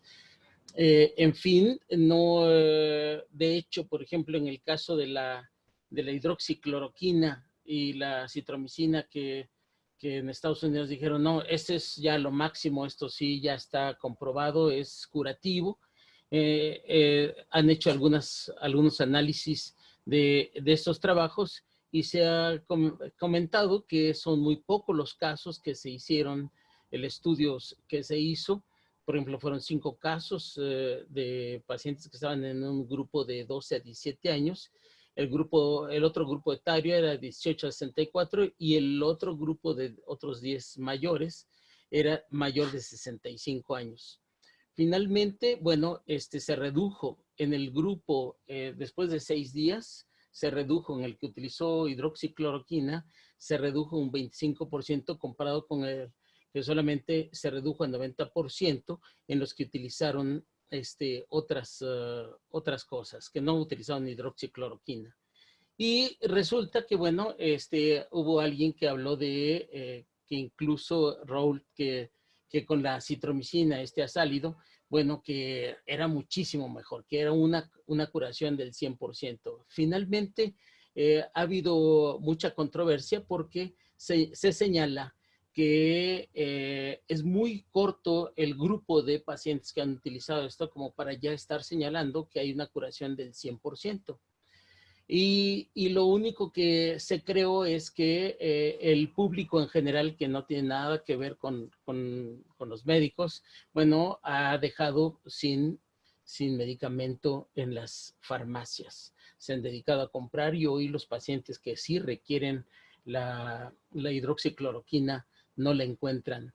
El problema es que finalmente no tenemos un tratamiento específico claro todavía demostrado y que aún seguimos esperando que a lo mejor una vacuna, algo curativo, los grupos que están trabajando pudieran sacar. Diariamente todos estamos viendo a ver qué sale en las revistas más importantes, pero finalmente hay grupos e intereses que siguen trabajando detrás de ellos y que a veces, como este doctor Rowe, que ha sido un poco criticado por algunos otros investigadores. Pero bueno, lo que quiero comentar es que si sale una vacuna, que hay grupos que están trabajando contra la cápsula, contra las espigas que tiene la cápsula y contra la proteína, la que lee el RNA, para sacar esta vacuna. Y todavía este trabajito que, bueno, pues todo marca esperanzas, donde se muestra lo de la BGC que salió ayer, que se dice que la gente que tiene la BCG es un poquito, se ha notado que tiene un poquito más de resistencia que los que no tienen la vacuna de la BCG. Entonces estamos viendo en color carne los países que se pusieron la BCG y en color morado los que pues regularmente se pusieron la BCG y finalmente los que no se pusieron nada de BCG. Entonces, bueno, pues esperemos, todavía estamos esperando a ver finalmente cuáles son los resultados bien claros. Pero hasta ahorita todavía no tenemos un tratamiento claro. Yo creo que todo lo que hemos leído finalmente ha sido criticado al otro día y al otro día, y no tenemos algo realmente como lo que se ha manejado como un cuadro en la UCI que manejan los intensivistas. Muchísimas gracias, doctor Casanova. Doctor Volati, si la paciente entra en trabajo de parto, estando hospitalizada o nos consulta para trabajo de parto, ¿qué consideraciones especiales piensa usted que se deben tener para la atención de ese parto? Bien, respecto a esta pregunta voy a ser repetitivo en algunos conceptos, porque en todos debemos guiarnos por protocolos y pautas de servicio y estar atento a que estos protocolos internacionales pueden ir cambiando en forma permanente. Es decir, que no debemos abrazar a un protocolo sin revisarlo en forma periódica.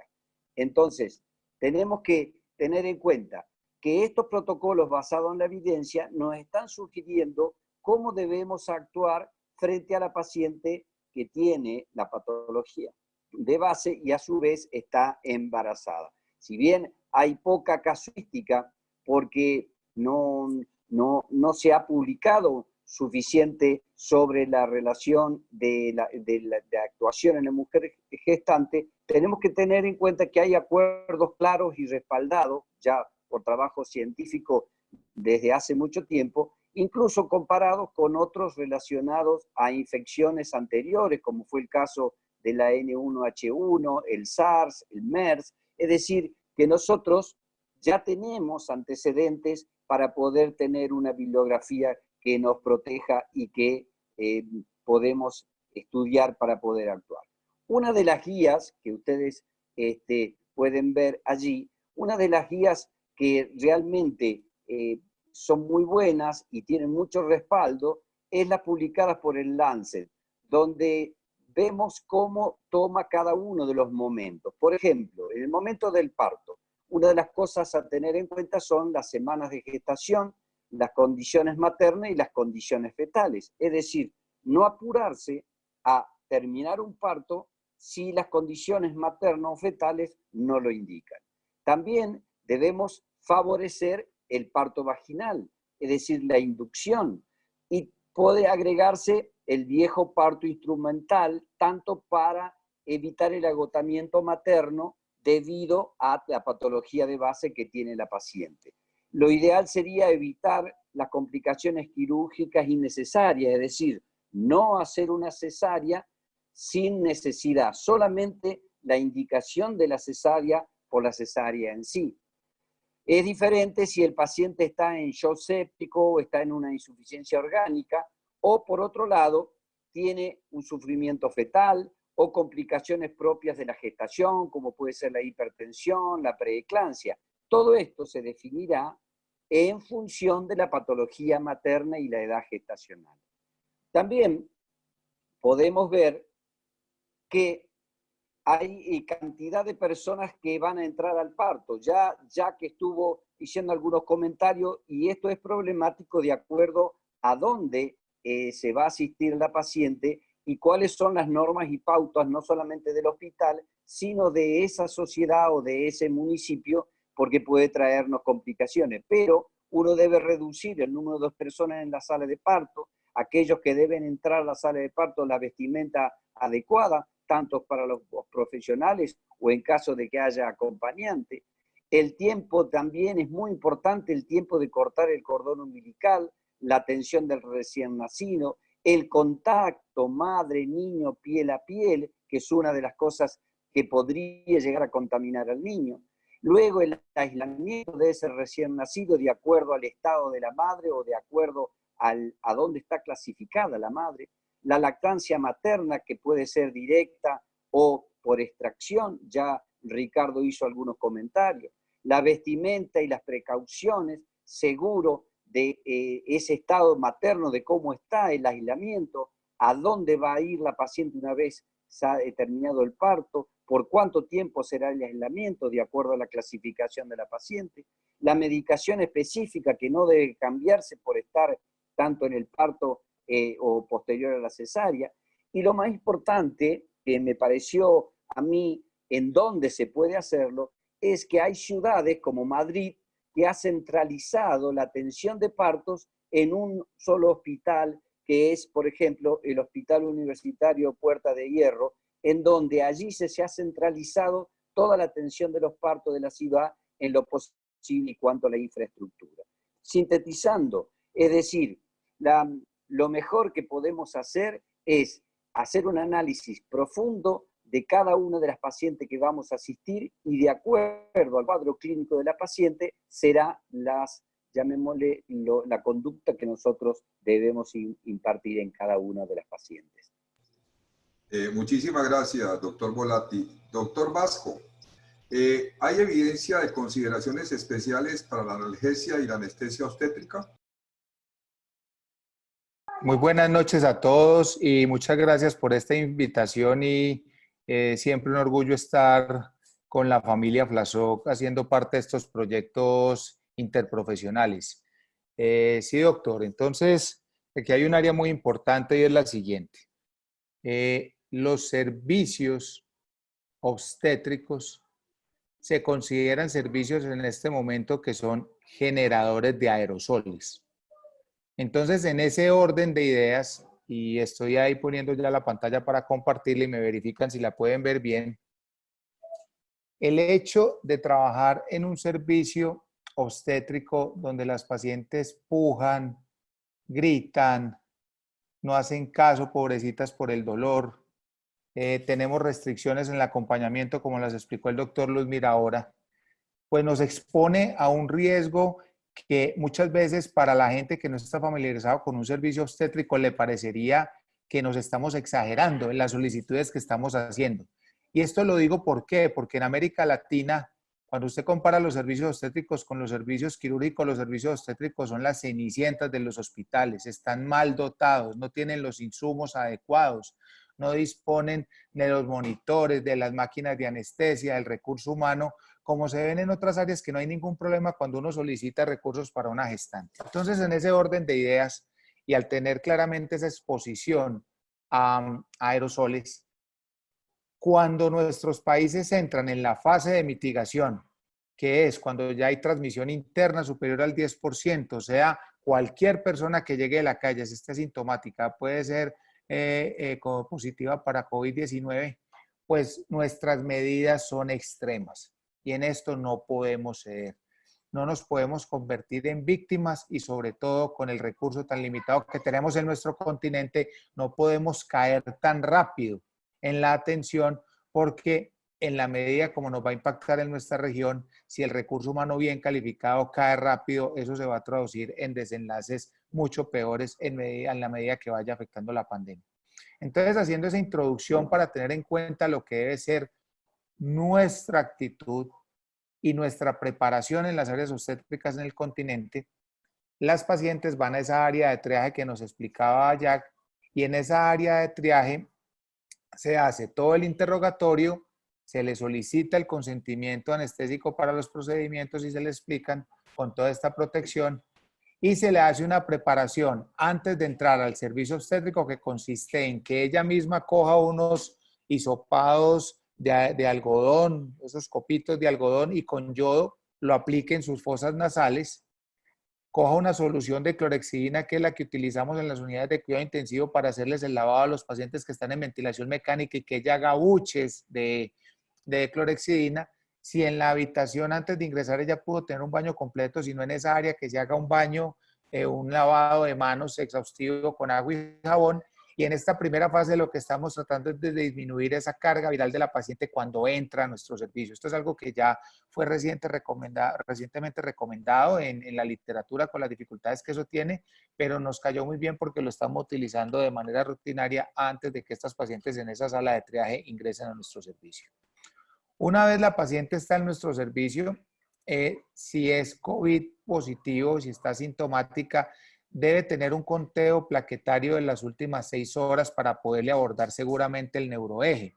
Los estudios ya de China mostraron que la alteración más temprana de la coagulación en estas pacientes era la trombocitopenia y esto se había podido corroborar en las epidemias previas de SARS-1 y ahora en esta también ya tenemos evidencia de la que hay para poderlo hacer. Entonces, reitero, nos tienen que ayudar los colegas obstetras, los médicos generales, las matronas en ese ingreso, tener un conteo plaquetario que nosotros chequearemos para hacer el abordaje neuroaxial.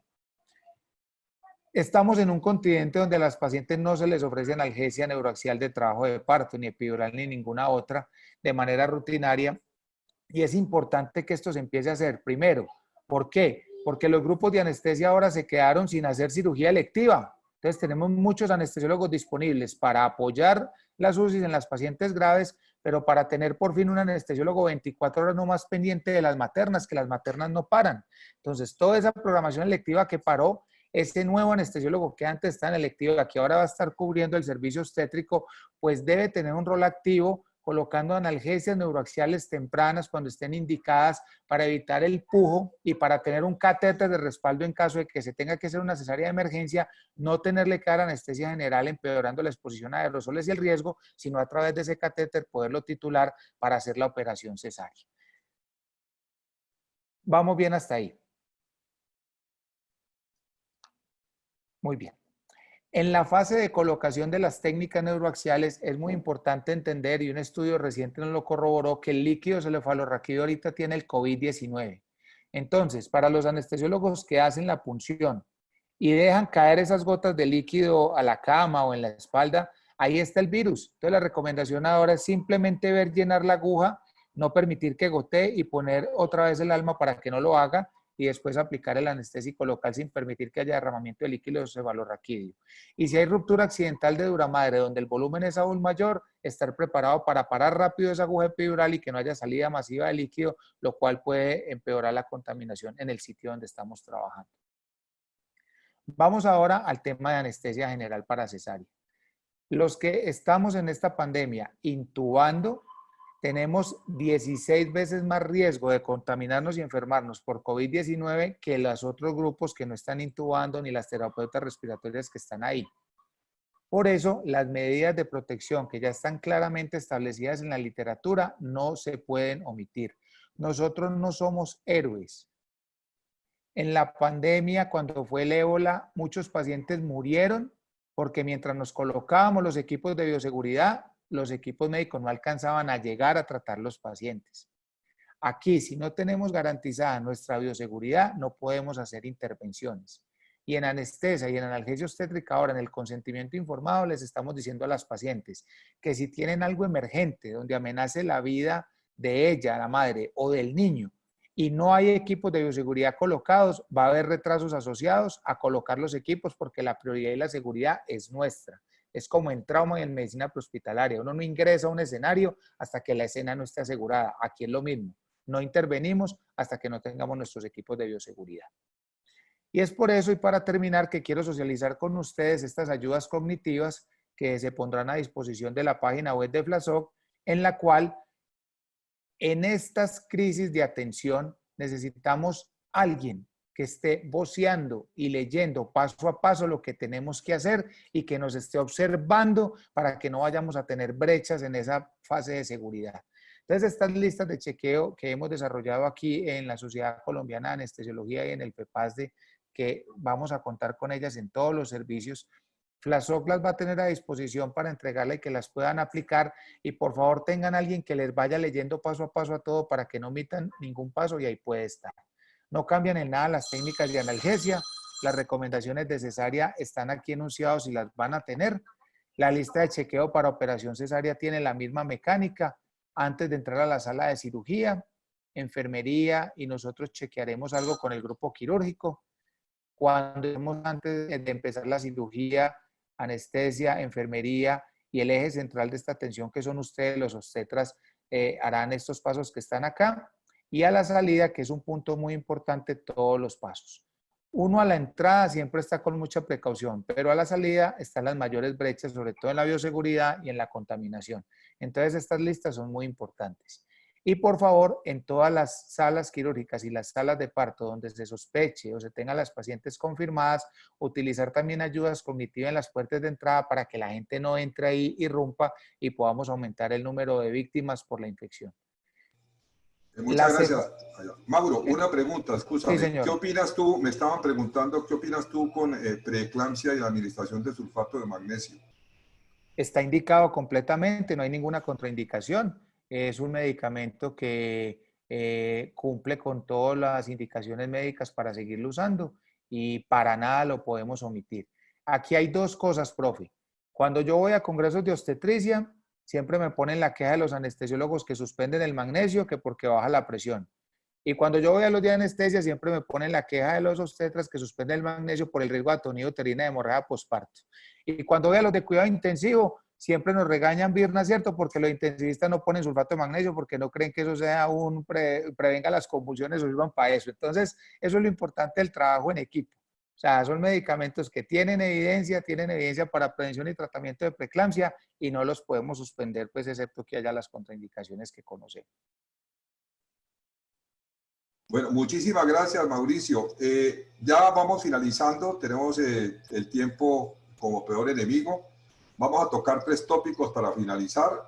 El primer tópico quiero que nos lo absuelva el doctor Ludmir y tiene que ver con cuál es su opinión con respecto a la separación de la madre, ¿sí? De la madre que es COVID positiva, de un recién nacido. De su recién nacido. ¿Qué nos puede usted comentar al respecto de eso, doctor Ludmir? Bueno, ya lo había mencionado el doctor Volati, que cada centro debe tener su propio protocolo. Si usted me pregunta qué es lo que yo opino, yo quisiera todo el tiempo que madre y niño con COVID o sin COVID siempre estén juntos, y obviamente que la mujer que tenga COVID positivo es sospechosa, si es que va a estar al lado de su bebé, que use las precauciones como la mascarilla, sobre todo para evitar el contagio respiratorio. Pero hay que ir basado en la evidencia, no en mi opinión. La CDC acá, en Estados Unidos, basada en la pequeña experiencia en China, encubieron neonatos que se pudieron contagiar por estar expuesta a madres que tenían COVID, recomendaron la separación temporaria de madre y niño en caso en que la madre sea COVID positiva. Las recomendaciones en mi país y en mi centro de extensión es discutir esto con la madre y recomendar una separación temporaria si la madre es COVID positiva. Si es que la madre se rehúsa, recomendamos que el bebé pueda cohabitar con la madre siempre y cuando haya una separación de 2 metros entre la madre y la cuna del bebé. Y en el momento de de lactar, que ya lo va a comentar el doctor Fecina, que haya sobre todo protección. Pero estas recomendaciones, por lo menos en mi país, y lo que acaba de mostrar el doctor Volati en España de separación, no son las recomendaciones que el Colegio de Inglaterra, el Royal College o la OPS o la Organización Mundial de la Salud recomienda. Ellos, al contrario, dicen que madre y niños no deben ser separados. Doctor Fecina, ¿qué opina usted con referencia al tema de la lactancia materna? Otro tema polémico, conflictivo. Gracias, Iván. Ya voy a tratar de responder las 2 preguntas sobre lactancia en una con esta transparencia. Lo primero ya se ha dicho, pero vale la pena recalcarlo, que no hay evidencia sólida del hallazgo de virus SARS-CoV-2 en secreciones vaginales, en leche materna y lo de la transmisión vertical, que ya fue hablado por Héctor Volati, nuestro querido gringo para todos nosotros, con 2 trabajos, como él dijo, que yo quiero llamar la atención. En ese trabajo que tuvo caso de IgM positivo, fue publicado en 2 lugares diferentes con tiempos diferentes, una en el Lancet en febrero y otro en el JAMA, como bien dijo Volati, el doctor Volati, en marzo. Es decir, que es el mismo caso que anda dando vuelta y que no tiene explicación. La explicación por ahí que dan algunos profesionales es que en realidad el feto se infectó in útero y se curó in útero, y por lo tanto cuando salió no tenía nada y solo tenía IgM. Es una hipótesis y no se sabe. O sea que hasta la fecha, lo concreto, y si uno se tiene que basar en la evidencia, uno podría decir que en las secreciones vaginales, en leche materna y transmisión vertical no hay. La más dudosa es esto de transmisión vertical. Las otras 2 parecen más afiatadas. Por lo cual, entonces, los beneficios de la lactancia son siempre superiores al riesgo de la infección por contacto cercano. Y siempre se debe amamantar en forma temprana, porque recordemos que el calostro, que es la primera secreción láctea de la mujer, es la que tiene mayor contenido en inmunoglobulinas y por lo tanto le da mayor protección al feto. ¿Cuáles son las precauciones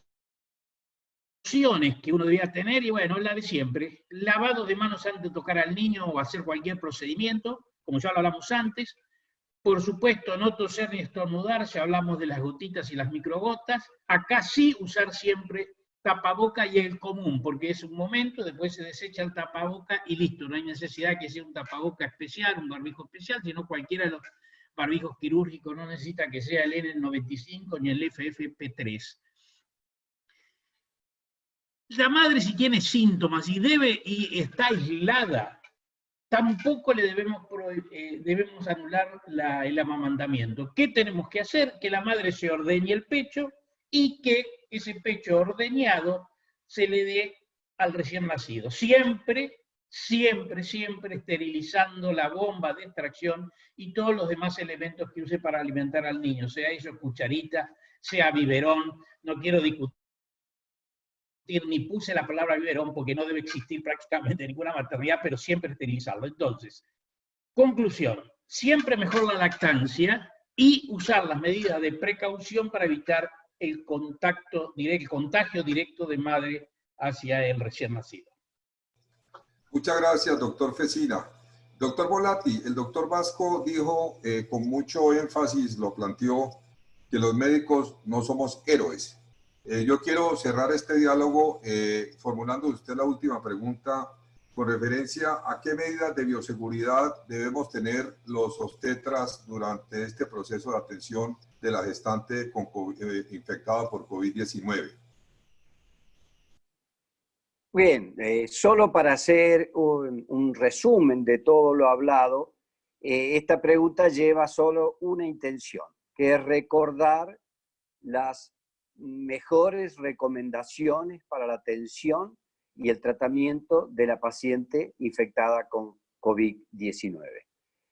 Esto se resuelve en la enumeración, como ustedes pueden ver ahí abajo a la izquierda, la enumeración de qué es lo que deberíamos seguir. Es muy importante aplicar el triage a toda paciente que venga a la consulta, ya que allí podemos identificar, aislar e informar. Segundo, una vez clasificada cada paciente, se deberá aplicar la norma de atención según la clasificación de esa paciente. Como podemos ver en el cuadro, en rojo la emergencia, en amarillo la urgencia y en verde sin urgencia. Respecto al parto, se tomará la decisión según las pautas y protocolos que cada una de las instituciones deben tener por escrito y haber hecho la simulación de las mismas, y según cada caso en particular. Por otro lado, podemos decir que el personal médico y el equipamiento de todos los que van a intervenir debe ser tomada con mucha atención. ¿Por qué? Porque hay que tomar las medidas de protección adecuada en cada caso. ¿Cuándo solo se deberá usar mascarilla común? ¿Cuándo o en qué casos que no haya complicaciones, que la paciente no esté positiva y nosotros no vamos a contaminarnos? ¿Cuándo deberemos usar el tapaboca N95? Y como bien lo decía Vasco, en el manejo de las secreciones, si debemos intubar a la paciente, si tenemos que hacer alguna punción, si tenemos que manejar elementos que puedan contaminarse con secreciones. ¿Cuándo debemos usar el traje de protección individual? ¿Cuándo el camisolín, los guantes, las gafas y el barbijo con filtro? Pero sobre todas las cosas, para ir resumiendo, debemos aplicar siempre los protocolos estipulados para cada caso en particular, complementando siempre con los criterios de ingreso y egreso de la paciente a los diferentes escenarios a donde debemos actuar, y de acuerdo a la gravedad del estado de salud de la paciente. Y acá sí quiero hacer un comentario puntual. La prevención y el aislamiento han sido lo que mejores resultados nos han dado. Argentina no ha sido número uno en muchísimas cosas desde hace mucho tiempo, pero por suerte esta aplicación de la cuarentena, de la prevención, creo que nos ha salvado de tener un menor número de casos y un menor número de muertes. Yo creo que con esto daría como el resumen de todo lo que deberíamos hacer o cómo deberíamos aconsejar. Muy bien, muchísimas gracias, doctor Volati. Antes de cerrar este diálogo, quiero hacer algunos comentarios de interés para los colegas que se han adherido al diálogo. Primero, la videoconferencia va a quedar grabada y disponible en la página web de la FLASOC. Segundo, yo he tratado de absolver algunas preguntas frecuentes relacionadas con el uso de esteroides para maduración pulmonar fetal, que dijimos que no era problema. Le pregunté a Mauricio sobre el tema del sulfato de magnesio. Creo que el doctor Volati fue muy claro en términos de que las pacientes con enfermedad severa, uno pudiera pensar en la finalización del embarazo y en la interrupción voluntaria del embarazo si el embarazo es temprano. Pero quedan otra serie de preguntas que nos han enviado que va a ser muy difícil absolverlas en el tiempo que tenemos. Lo que haremos es que vamos a hacer a partir del Facebook Live, vamos a recoger las preguntas, le vamos a repartir las preguntas específicas a cada uno de los ponentes, y así como vamos a tener alojada la video en la web de la FLASOC, vamos a alojar adicionalmente las respuestas de las preguntas que nos han formulado durante el diálogo. Y el doctor Vasco nos ha apoyado con un material que él lo mostró, que es como un checklist para ingresar al quirófano en condiciones seguras.